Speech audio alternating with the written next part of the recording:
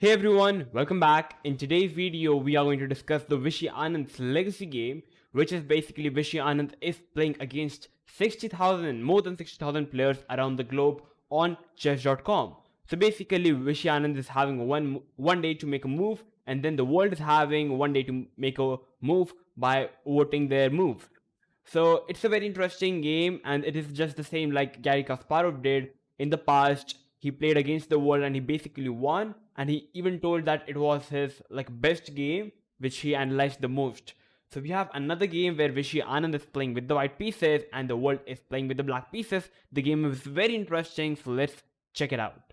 So Vishy Anand with the white pieces opens the game with 1c4, pushing up his side pawn to control the center square. The world plays the move e5, a very standard way to play, opening, like just pushing the king's pawn, opening up the bishop and the queen, and also controlling the center. We have knight to c3, knight to f6, knight to f3, knight to c6. Both the players are simply developing the pieces, both the sides, I would say. g3, now the idea is to play bishop g2, kind of a reverse Sicilian defense. Bishop to b4, bishop g2, short castle. So as you can see that black is doing nothing special but just following some basic fundamentals of chess, developing the knight, developing the bishop, and just playing some simple chess. We have knight to d5 now by Vishy. So now Vishy is trying to complicate the things a bit. He's trying to give black some choices now. A normal move would have been to simply short castle, just following the basic principle castle as soon as possible. But knight g5, and now black is having options in this position, whether to take the knight or whether to play something else. So in the game, the world decides to push the pawn to e4, attacking the knight on f3. So in this position, if black goes for capturing the knight on e5, cd5, and now knight to d4. And now it looks like white is having double pawns, but at the same time, white is also having this strong pawn on d5. So after knight to d4, the position is actually very interesting because, for example, if white goes for capturing a free pawn on e5, it's already a bad move. Why? Because now the black can simply get all his pieces into the game, attacking the knight as well. And once, like, to be true, the knight is not really having anywhere to go. If the knight goes back, rook into e2 is a very strong move. Queen into, and obviously you don't really want to give up the queen because you eventually lose. So here, white is kind of forced to sacrifice the knight. But after queen f6, not really capturing the knight with the king, but queen f6, once again threatening rook e2, e3, and now simply queen f2, because the pawn cannot capture the knight because the pawn is pinned up, and black is just a piece up with a total winning position. So that's exactly what happens if the opponent goes for capturing the e5 pawn.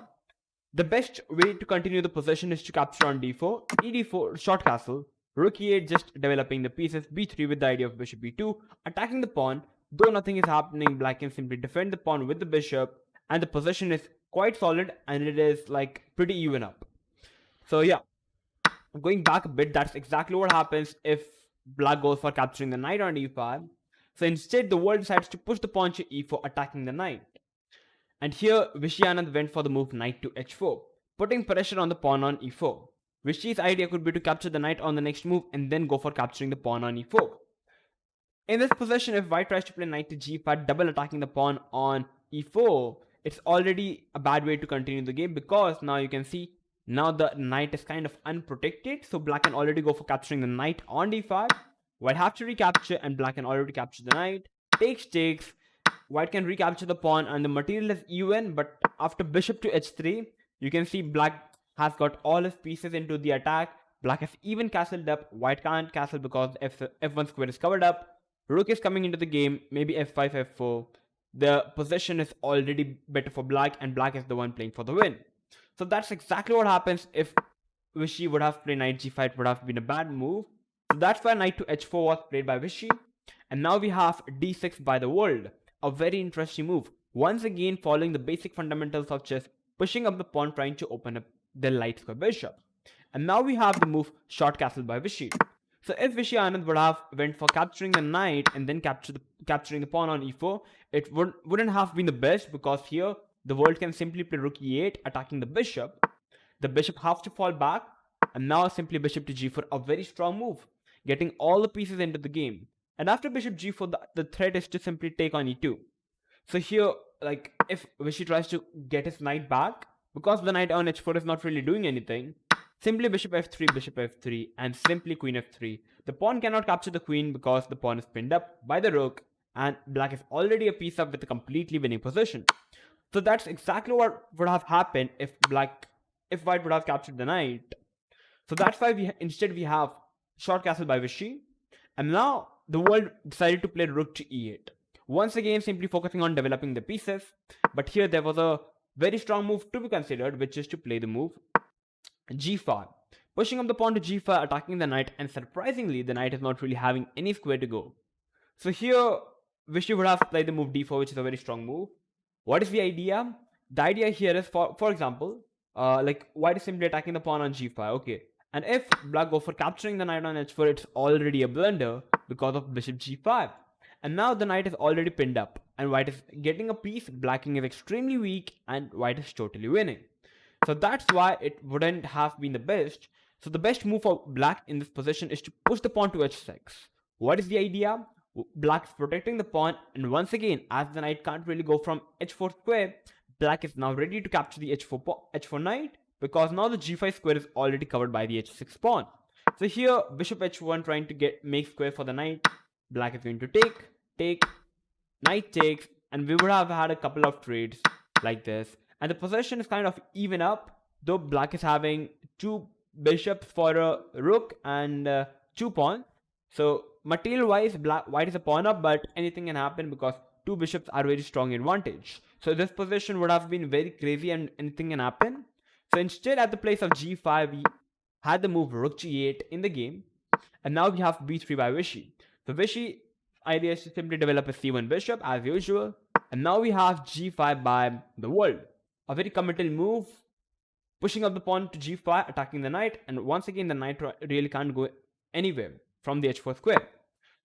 Okay, so I think personally, I feel the world should have played a bit solid by playing the move bishop c5, pulling up the bishop back because knight maybe was threatening to capture the bishop b2, and now the idea was to play bishop d4 all along, trying to trade off the bishop because the bishop on b2 is very strong. And after a couple of moves, we would have had a couple of trades, and the position is kind of even. Black can play c6, trading another pair of knights, and the position is roundabout even. I think this would have been the best way for the world to continue the game, but instead we have g5. And now Vishy Anand came up with a very strong move, which is to play bishop to b2, counter-attacking the knight on f6. You can't really take on h4 because after knight into f6, white is going to win an exchange and completely winning position because black is at the same time having a very weak king. So that's why instead, like, black is kind of forced to take on d5. And now in this position, now there are two moves for black. In the game we had knight e5, but I believe knight e7 would have another interesting move to be played because it attacks the pawn. And now what happens, like, if white goes for capturing the pawn on e4, it's already a bad move. Why? Because after bishop into e4, we have gh4 takes, and it looks like white's idea is to play king h1, rook g1, and counter-attacking the black king. But after knight g6, black is attacking the pawn on h4 and also the bishop. So the bishop, so basically black is just materially up, piece up, and nothing is happening. So that's why, going back a bit, at the place of bishop e4, the best move is to play the move queen c2, which is actually a very interesting move. The idea of white here is after knight e5, bishop e4, attacking the knight and the pawn. The knight has to go back, attacking the bishop and also protecting the pawn. White would have sacrificed the bishop for the knight, capturing a pawn, going back with the knight, rook e2. And the position is very interesting. The material is kind of even up, but I believe anything can happen in this position because black king is a bit weak, but at the same time black's pieces are very much active compared to the white pieces. I personally prefer black in this particular position. So going back, knight e7 was not happened in the game. In the game we had knight to e5, and now Vishy Anand, like as usual, he got the chance to simplify the game and take the game into his own advantage by pushing the pawn to f4, a very strong move. What is the idea? Now white is attacking the g5 pawn and the knight on e5. So now black is having a couple of ways to continue the position. In the game we had g into h4. So first of all, if black goes for capturing the pawn, white can simply capture the pawn back. And now the knight is not really hanging up. White is the one completely dominating of the position because black king is extremely weak. If the knight goes back, then I believe white can simply capture the pawn in this position, and once again the knight is not really hanging up, and white has got all his pieces with a perfect play. So that's exactly, I think, is the reason black is kind of forced to take on h4 now, capturing the knight. But now simply f into e5, and the position is now equal up. Like the position is now a bit simple because now nothing is happening up. And after d into e5, Vishy Anand is like, okay, I'm not really going to capture this pawn via bishop e4 because there is no need for me to capture the pawn. Vishy Anand went for a very strong move, which is to push the pawn to e3. What is the idea? Idea of Vishy here is he's telling to black or to the world that I don't really care if you want to capture my pawn, you can capture, because my idea is the only to go for your opponent's king. That's it. And in this position, in the game, we had queen into d5 by the world, but the world should have played the move queen g5, covering the path for the white king unable to enter. Because after takes, king h1 with the idea of rook g1, black can play bishop g4, and even by a very strong setup for black, and nothing is happening. The position is very concrete. Even if like white tries to take, we can play this, attacking the queen, and eventually we can even take this, and black is pretty happy in the position. So queen g5 would have been the best, stopping white's counterplay, but after queen d5, it gave Vishy the chance to enter with his queen via queen h5. And now there is going to be some deadly attack on the black king. In the game, we had bishop into d2 by the world, with the idea of bishop into e3, giving a check. But now here, first Vishy decided to give a check and also protecting the e3 pawn. The king is forced to move, and now Vishy decided to play rook to d1, getting his rook into the game, pinning up the bishop. And now the bishop cannot move because the queen is hanging. So the world decided to move their queen. And now Vishy decided to play queen to h6 check. But there would have been another way to finish off the game via rook d2, sacrificing the rook, giving a check with the darker bishop, and now black is not really having much, but just to give up the queen and eventually lose the game. But Vishy is like, wait a minute, I'm going to play the move queen h6 check, the king goes back, and now I'm going to sacrifice the complete rook for the pawn. Takes rook f8 check, another check, and you won't believe it, but black is kind of forced to play rook e6, and it's a mate. So basically, Vishy Anand countered the whole sequence of checkmate and eventually landed a mate in only 24 moves, and he simply checkmated the world. So can you believe how Vishy Anand simply won? He literally played a best game, like he literally played flawless chess, and this is the whole idea of an experienced player versus the world. He simply outplayed more than 60,000 players playing against him by casting their vote. And I think the game was pretty interesting and kind of one way to to understand how can you play this English opening, like the opening that Vishy played. I think you guys must have had an idea how you can play this particular opening. It was very much fun for me to analyze this particular game, and I bet it was very much fun to play against Vishy Anand. And yeah, I think it was very much fun for Vishy Anand as well, as he played against 60,000 players at once.